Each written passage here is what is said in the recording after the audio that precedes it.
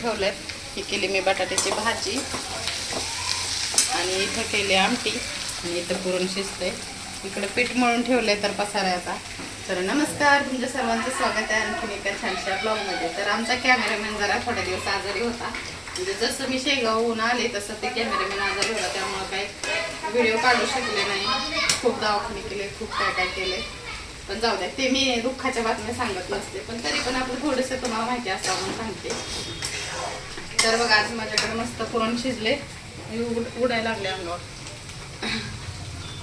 तर आता मस्त पुरणपोळ्या करणार आहे मी. आमटी तर झाली आणि भात राहिलाय, तिथं दूध गरम करून ठेवलंय. आंबे पण आणून ठेवलेत आमरस करायचा. सध्या आंबे खूप महाग आहेत, पण कॅमेरामॅनला शिक्का आले, जरा समजून घेऊ शकता तुम्ही.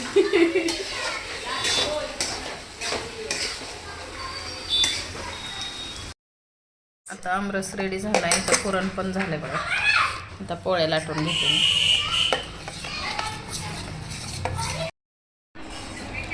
तर कालच्या व्हिडिओपासून मी आज सुरुवात केली. तर बघा, कालचा दिवस तर करण्यात आणि खाण्यातच गेला. तर आता आज माझं वर्कचं काम चालू आहे, तर कसं वर्क करायला लागले मी ते पण दाखवते. आताशी जस्ट स्टार्टिंग केली, झाल्यावर पूर्ण दाखवते तुम्हाला. थोडंसं दाखवते आता. हे आखून घेतलं आहे, भाईचं माप आहे, रिंग लावून घेतली. तर हा ब्लाऊज कस्टमरचा आहे. तर बघा पसारा आपली अशी दरवाजाच्या तोंडाला बसले, हवा पण येते, जरा आबाळ आले आज. पायल बघा अशी बसली. तर घरातले कामं सगळे आवरले, 12:30 वाजलेत. तर म्हटलं चला आता आपण हे करावं. तर स्टिच लाईन घेते, चेन स्टिच घेते मी, अशी छोटी छोटी घेतली. पूर्ण झाल्यावर दाखवते आता.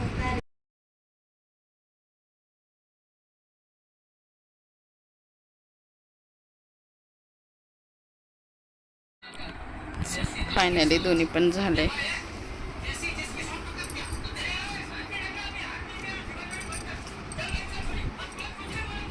दोन्ही झाले. आता शिवून झाल्यानंतर तुम्हाला दाखवते. अजून एक ब्लाऊज शिवलाय मी, तो पण दाखवते. वर्कचा ब्लाऊज आणि हा ब्लाऊज दोन्ही एकाच गिरायकाचा असल्यामुळं हा पण रेडी झाला. याला हुक्क बटणं करायचे राहिलेत. तर हा ब्लाऊजची डिझाईन तुम्हाला कशी वाटली कमेंटमध्ये सांगा. आणि याला लेस लावायची पण राहून गेली. तर आता दुपारचं वेळ असल्या म्हणजे टाईमपास करून हे कामं करत असते मी. आणि मला असं वाटतं बायकांनी घरी बसून काही ना काही केलंच पाहिजे. तर ब्लाऊजला वर्क वगैरे केलं आणि जरा झोप लागले, पण नाही झोपता आलं. त्याचा फोन आहे, त्याचा फोन आहे, त्याच्यामुळे झोप काय नाही झाली.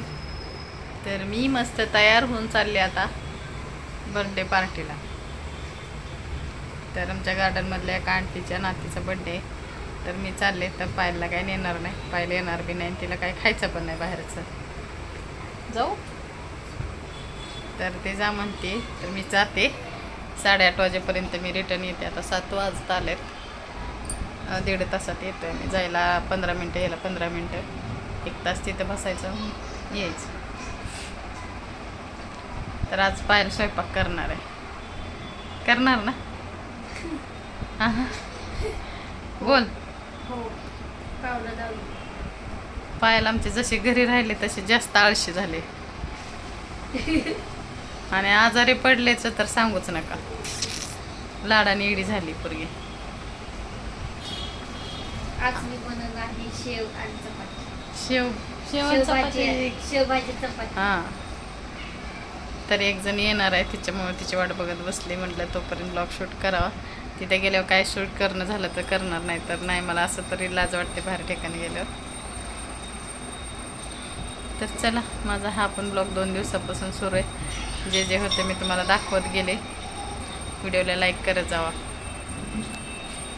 तर आम्ही इथं बड्डे पार्टीच्या हॉलवर पोचलो होतो. तर काही आमच्या मैत्रिणी अगोदर आल्या होत्या, आम्ही काय 5-6 जणी नंतर आलो होतो. तर इथं चांगल्या लहान मुलांच्या आणि त्यांच्या मम्मींच्या अशा गेम चालू होत्या, तो आम्ही बघत बसलो होतो.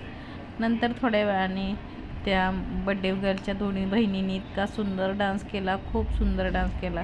मला तर खूप आवडला, त्यामुळे मी पण हा थोडा शूट घेतला. तुम्हाला कसा वाटतो मला कमेंटमध्ये नक्कीच सांगा. आणि हा व्हिडिओ आवडला तर लाईक करत जा, शेअर करत जा आणि चॅनलला सबस्क्राईब करायला तेवढं विसरू नका.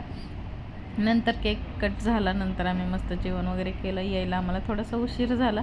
मी तर म्हटलं 1-1.5 तासात येऊ, पण तसं काही झालं नाही. आम्हाला रात्रीचे 10 वाजत आले. मग आम्ही 10 वाजता घरी पोचलो. कसा वाटला तुम्हाला हा बड्डे ब्लॉग आणि अक्षय तृतीयाचा दोन्ही मिळून एकत्र झाला. तुम्हाला कसा वाटला कमेंट करून नक्की सांगा. चला बाय, भेटूया पुढच्या व्हिडिओमध्ये.